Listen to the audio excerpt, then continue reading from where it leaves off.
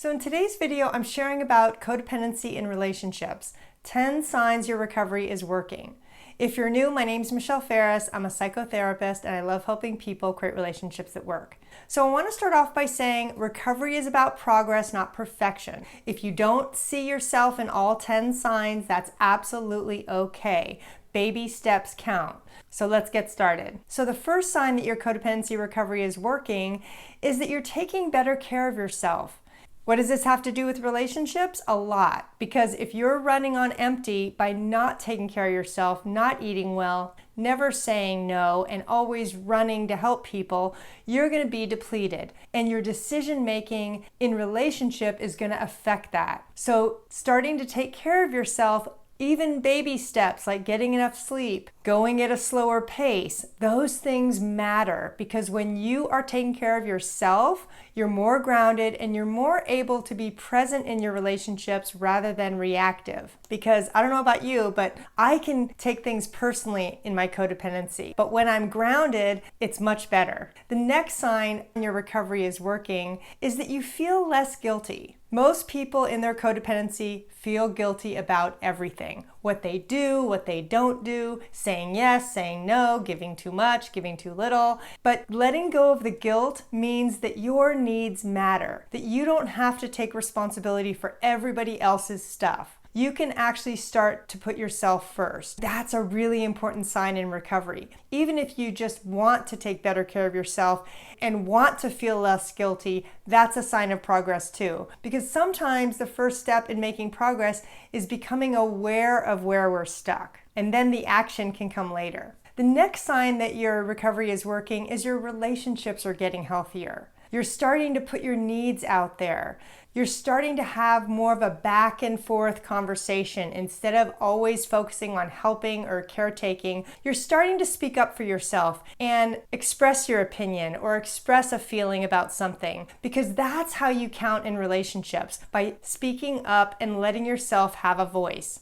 Now, the other sign might be realizing that your relationships aren't working and that they may be toxic. That's a sign of recovery too, because that tells you what the problem is. And I go over this a lot in my Healing Codependency course, where you look at exactly what isn't working so that you can move towards what is working. If you're in codependency recovery, I want you to say me too in the comments. I'm recovering from codependency just like you.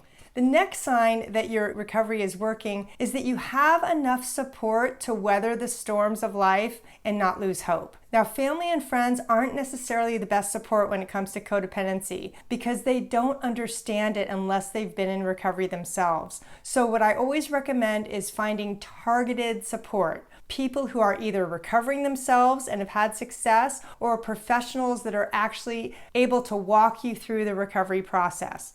That's honestly why I recommend Al-Anon and Coda so much, because they're targeted towards dealing with codependent issues.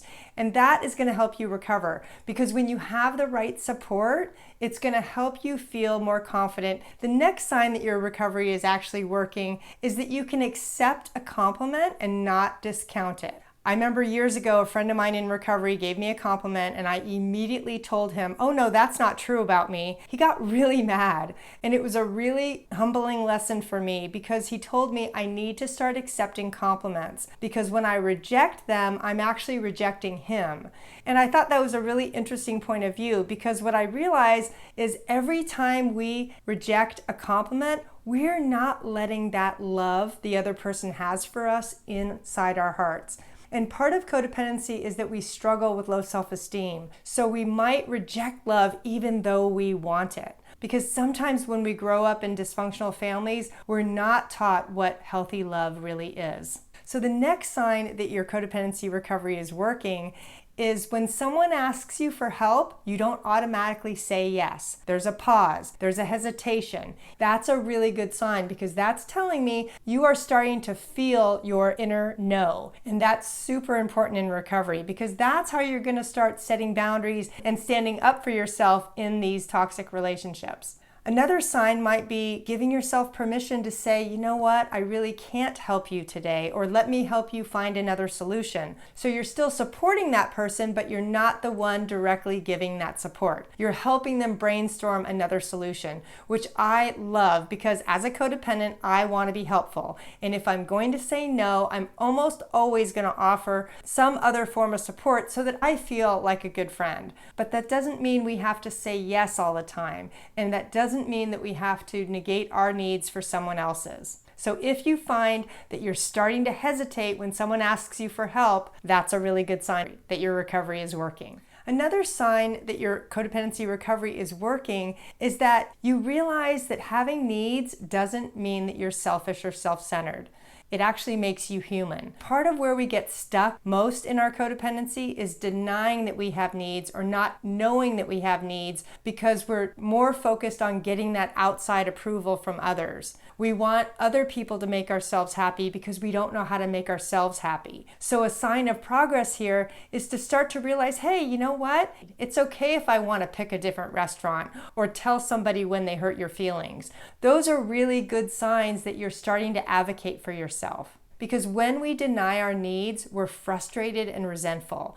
But when you actually start honoring them, even if you haven't spoken up for yourself yet, that's a really good sign of recovery. Another sign that your recovery is working is that when people try to gaslight you, you have a hesitation like, wait a minute, that doesn't feel right. That's your intuition letting you know that something isn't okay. Because many of us attract people who are narcissistic, self-centered, and want to gain control of the relationship. And one way they do that is by gaslighting us, by making us question our own reality. And it's crazy making. So when you start to feel crazy, like somebody is making you feel like the sky is green and not blue, that's a really good sign that your intuition is starting to work for you. Because recognizing that toxic behavior of gaslighting is a really important sign in recovery.